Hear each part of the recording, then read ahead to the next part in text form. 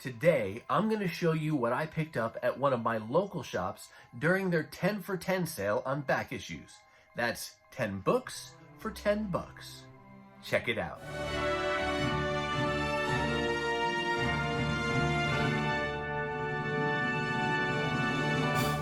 Hey everyone, and welcome back to the channel. My name is Chris, and this is North Garden Comics.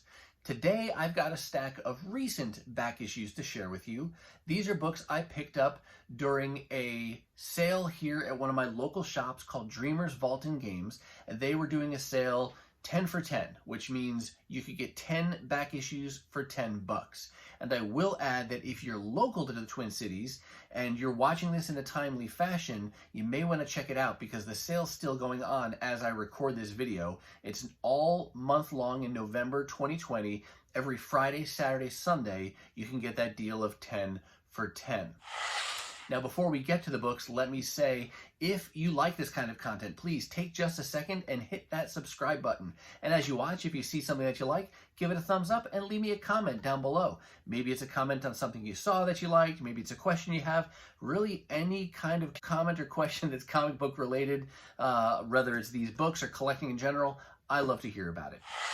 One more thing I'd like to say about Dreamers Vault is that, there's different kinds of shops out there. Some shops will have a really deep, robust selection of back issues where you can find Silver Age, Bronze Age, lots of wall books, and you can find great keys, things like that. There are other shops that tend to focus more on the newer current comics, and I would put Dreamers Vault definitely solidly in that second category.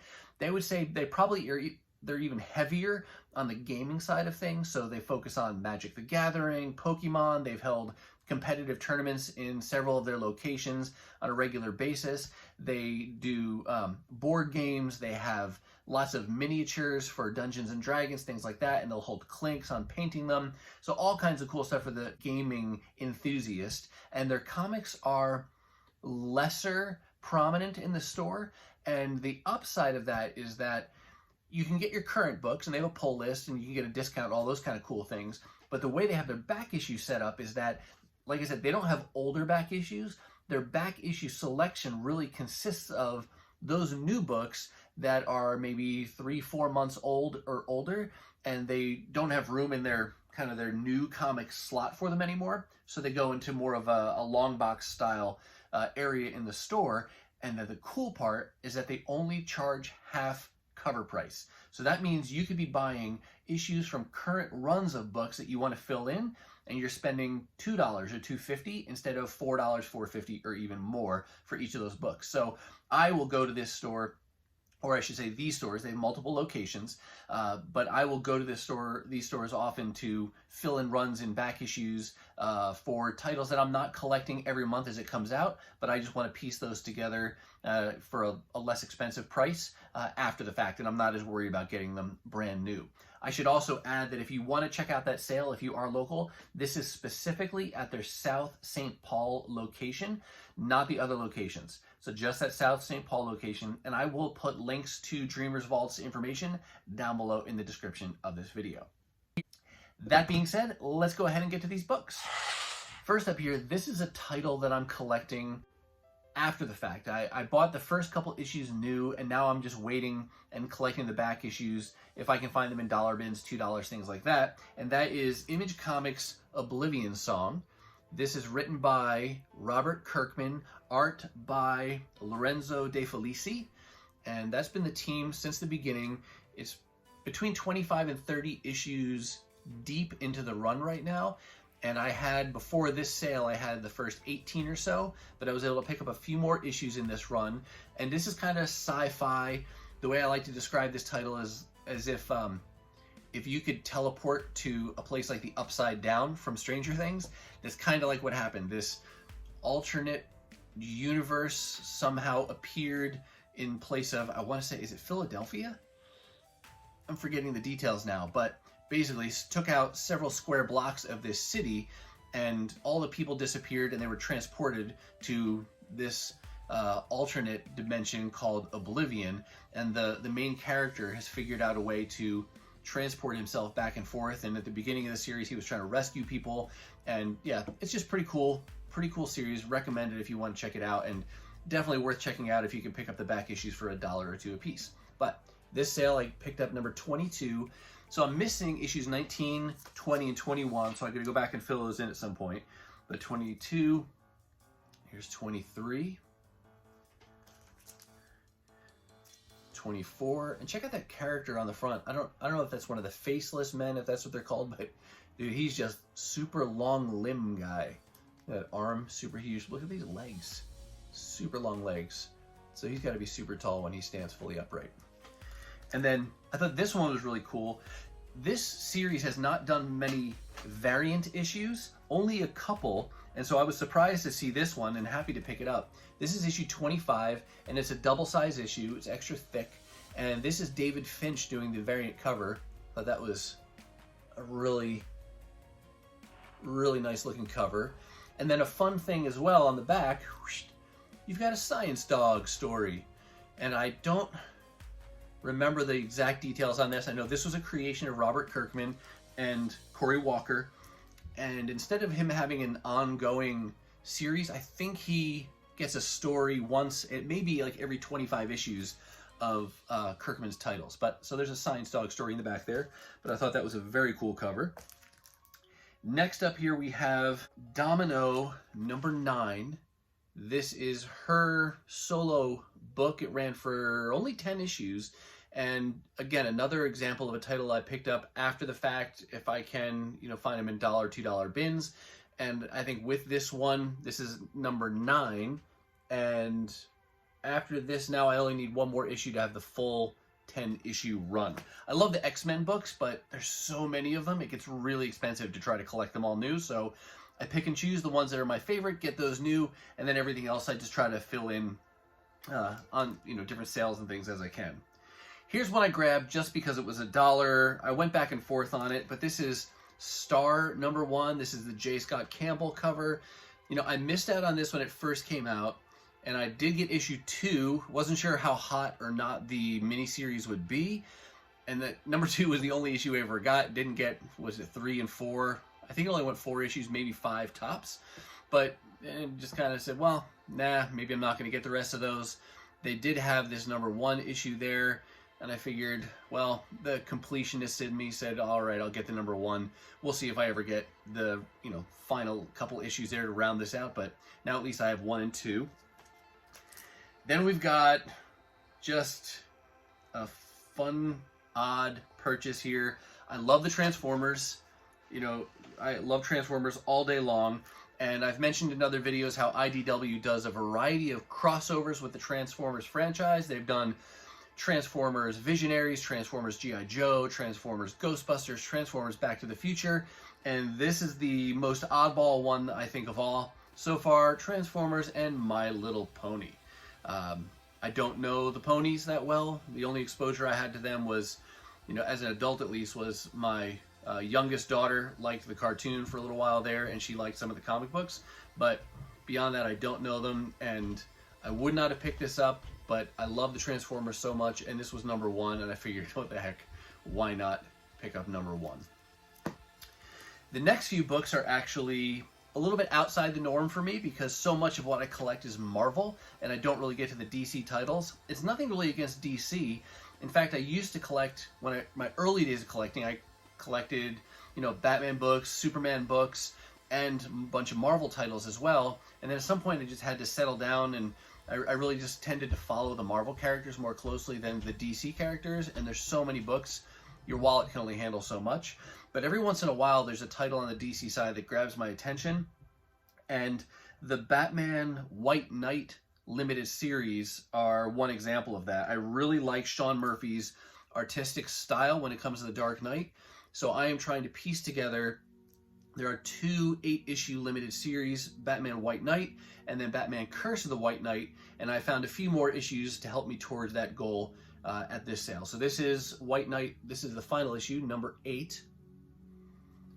And then a few more in the Curse of the White Knight story. That was the second limited series. This is book 5. And these have art on the back as well. Number 7. And then it's kind of hard to see that one there. But I just like his take on characters, and so I thought, why not? I'll grab these. And then what is this? Oh, this is number 8. So I think with these additions to my collection, I'm halfway there. So I have a total of 8 of the 16 books I need, though it's split across those 2 limited series.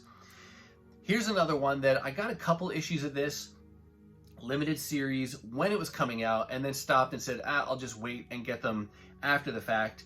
And that is History of the Marvel Universe.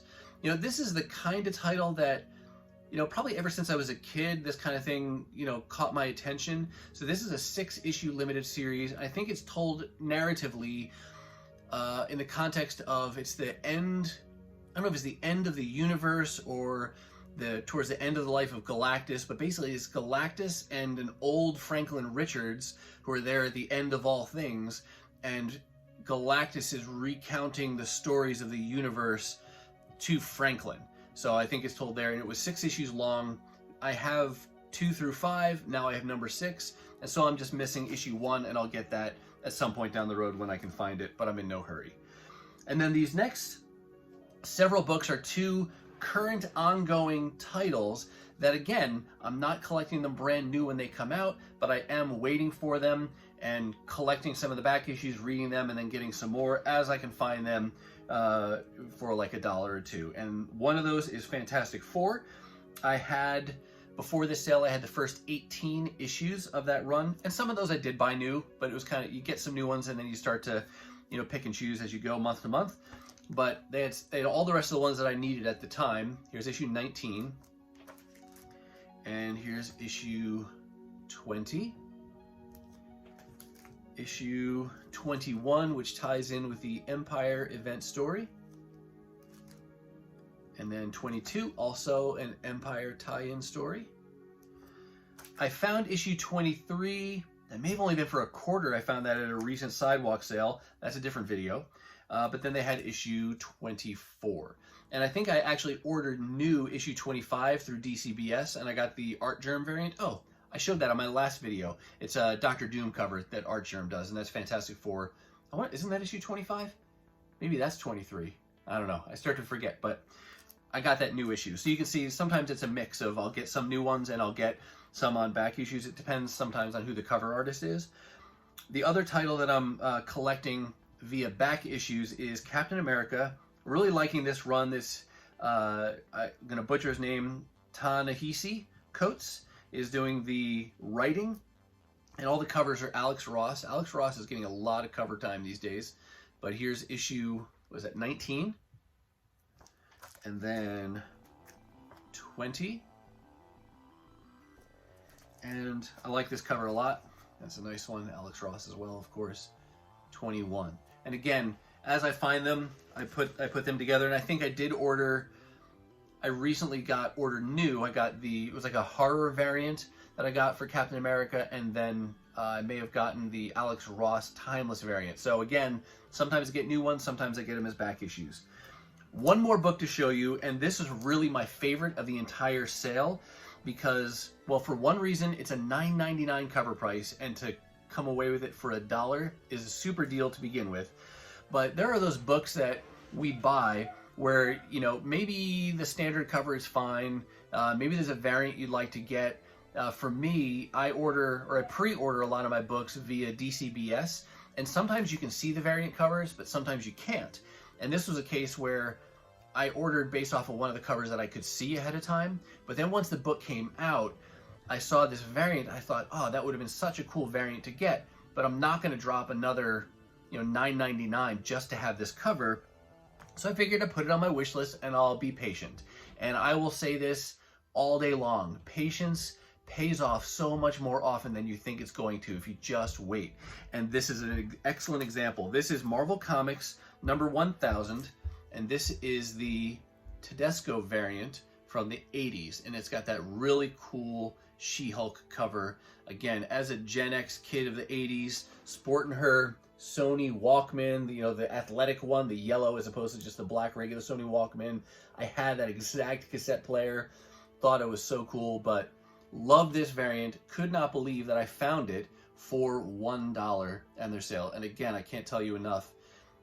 find out what you want, and if you're patient, if you can be patient. Sometimes we're not, right? We want to get that book right now, and then, you know, pay for it, and that's totally cool too. I'm not saying that's wrong, but if you can wait, because there's so many good books out there and so many cool covers, if you can wait for it, then just, you know, sit back and wait, and you never know, it might not pan out, but so many times it really does. So was really, really happy to find that book and have that variant and not have to pay cover price for it. All right, that's going to do it for me, and that's going to wrap up this 10 for 10 back issue haul from Dreamer's Vault. Again, if you're local, South St. Paul location, the sale's going on all month, November 2020, every weekend. You can get the 10 back issues for $10. Definitely check it out if you're in the area. I definitely hope you liked something you saw. If you didn't, then I'm impressed you hung in here until the end, but give it a thumbs up if you did see something you liked. Hit that subscribe button if you're not already subscribed, and leave me a comment down below. Let me know what you thought. Let me know your thoughts on collecting. What are you reading? What are you liking today? New stuff, old stuff? Like I said, any comic book related content is fully acceptable on this channel. If you want to see some more back issue hauls, I got some videos here for you to check out. And as always, I will say thank you so much for watching, and I'll see you next time.